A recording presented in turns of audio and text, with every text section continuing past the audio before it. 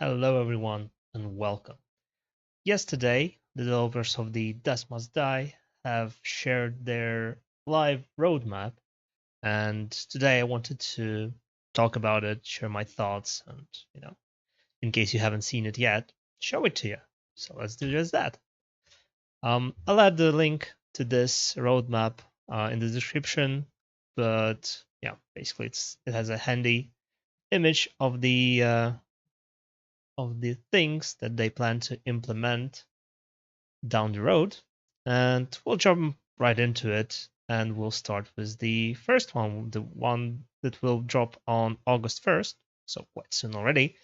Quality of life patch, lots of things that were requested all over the place, starting with item and talent loadouts. Uh, Absolutely amazing. Would love to see it. Will save me quite a bit of time switching between the builds for the same character.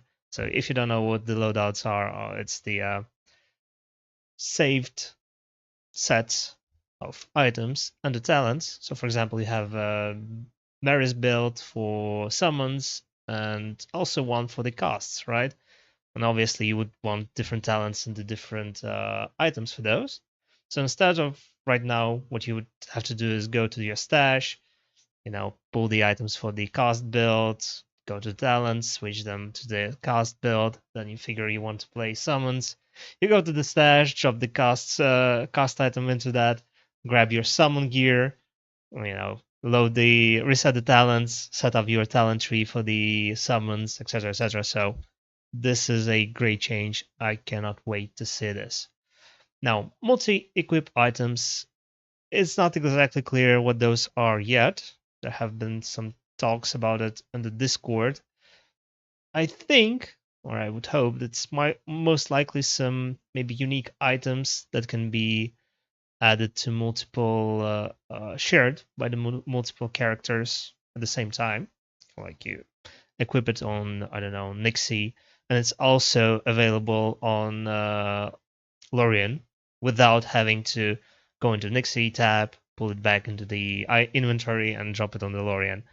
It's just there. You can equip it on both of them at the same time because they use the same light items.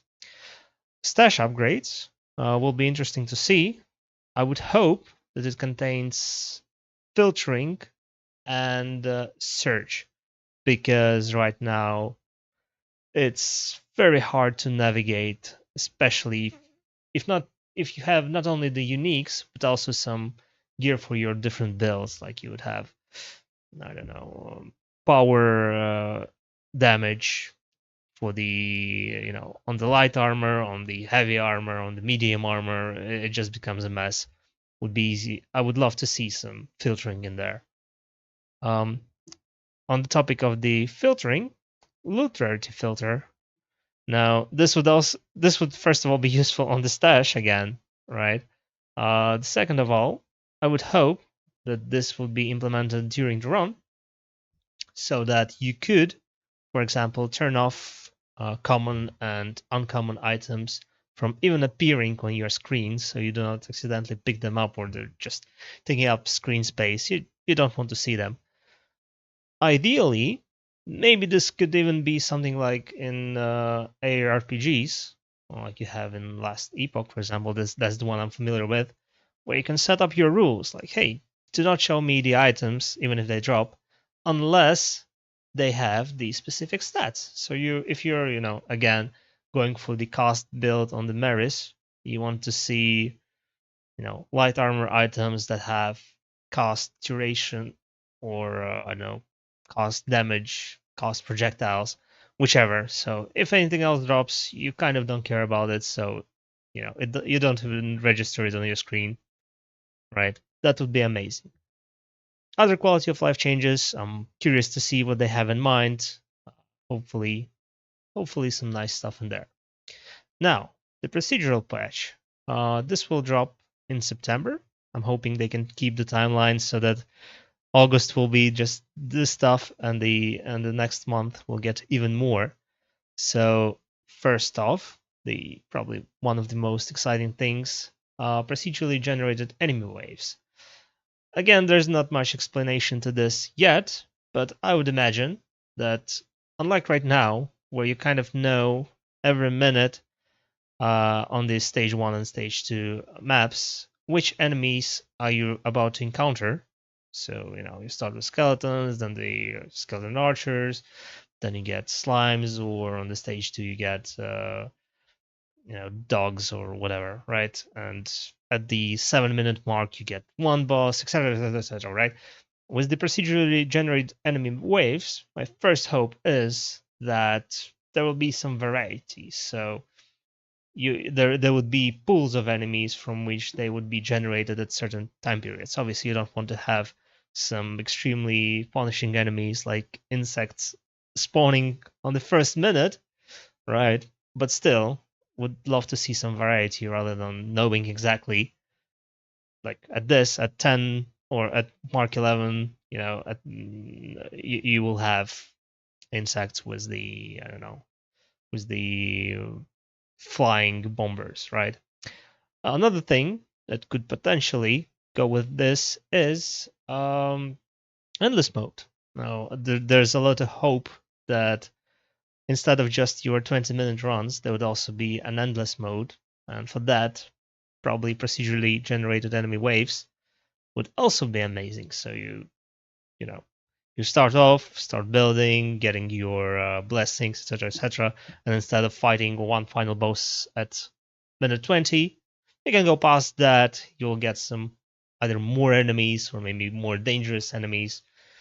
Just something that you can push and push and push and play potentially endlessly, but most likely than not, at some point the scaling enemy waves will get you. Improved item generation, also interesting thing. Right now, if you really want to, you can go to wiki and there's a couple of pages of how the items and their stats are handled by the game. So, like if it's a mythic item and it's I don't know, it's a helm, then there are this particular affixes that can be added onto that helm, and they each have some point values. So helm would have, let's say, 20 points worth of stats on it. So some stats are 1 point, other stats are 5 points, etc., etc. So it's a bit complicated, and there are some restrictions. Like I believe you can only see the chests having the master offer percentage. So if you, for example, wanted more of that, you would have to look for a chest, and that's probably it. But there's not much you can affect on your items, right? So maybe that will change. Tier 2 item drops in Act 1. Another decent thing, because right now Act 1 is, I don't want to say useless, but it's obsolete, right? Once you are able to clear Act 2, there really isn't any point on going into Act 1 unless it's for some challenge, or you're hunting for the uniques from the Act 1, because simply put, the items in the Act 2 are way better than the ones in Act 1, and Act 2 is also more challenging. So you're kind of pigeonholed into the Act 2 if you want to farm items, right? Um, Additional Act 2 locations. I'm assuming those are some new shrines. It would be interesting to see what else they can come up with. There have been some votes going on the Discord again, so maybe something to do with that. Not sure, but I'm hoping there would be more of a get some disadvantage, but for a couple of minutes, but you also gain this huge advantage for that. So you kind of have to get over some hurdles, or maybe something even permanent could also be interesting. But yeah, we'll have to see what they come up with. New unique items, I mean, pretty self-explanatory, I would hope. Balance changes. This one I'm very curious to see, because there are definitely some builds and heroes that are I wouldn't say OP, but they're much more easier to play and build than the others. For example, I did a Maris landslide cast build at Darkness 100, and it was just a breeze. Whereas trying to do something on Nixie takes some, I wouldn't say skill, but it does take some know-how and some, some luck, I would say probably. So yeah, balance changes I'm looking forward to. Now, the Act 3. So if you don't know, the developers were or are aiming for, I believe, 5 acts. So this would be Act 3 out of 5. Um, Not even announced where it's going to drop, but hopefully soon after this. New zone, which according to the name of the act and also some art in here, would probably have to do with the swamps. So will be interesting to see that. Whoops, let's do this. All right. So new zone, obviously new god, also interesting. Maybe something like Leshy or something. I don't know. New playable character. Wow, I cannot speak. Um, Again, nothing much to go on off of, but there's. I would imagine these are the clues. So first of all, again, the art, where there's some guy in armor and a couple of skeletons and some floating thingy right here.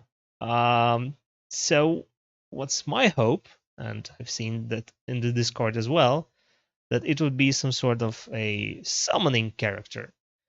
And one more thing about the summons here is the developers are planning to rework AI for the summons, which is absolutely great news. My biggest complaint about the summons was the AI and the scaling. Yeah, it can be tricky. Maybe you need some particular items for god offers in there, but the AI kind of sucks. You cannot really control your summons, so they just run around randomly chasing some enemies. Their movement speed is not the best, so sometimes happens that your summons just run off chasing one enemy while you're getting swamped on the other side. So it will be interesting to see what they come up with, but I think this will greatly improve summon builds all around, even just this AI rework. More blessings for the existing gods. I would imagine that was to be expected, just to make some to fill in some blanks, some missing pieces for the existing gods. Unique enemies and bosses. Again, that's probably going hand in hand with the new act altogether. New locations. Again, same deal, and even more unique items, which is great. There's more to chase. I'm also kind of hoping that there will be some, I don't know, some codex or something where you can track your unique items. Lastly, there is a promise of Act 4 and Act 5, which I guess we'll have to look forward sometime after the Act 3 is released. Lots of good stuff, lots of interesting stuff. I'm planning to play more of this game once the quality patch drops. I'm curious to see if the stash upgrades make my preparations for the runs a bit easier. But yeah, let me know what you think about these, and have a good day, and I'll see you in the next one. Bye.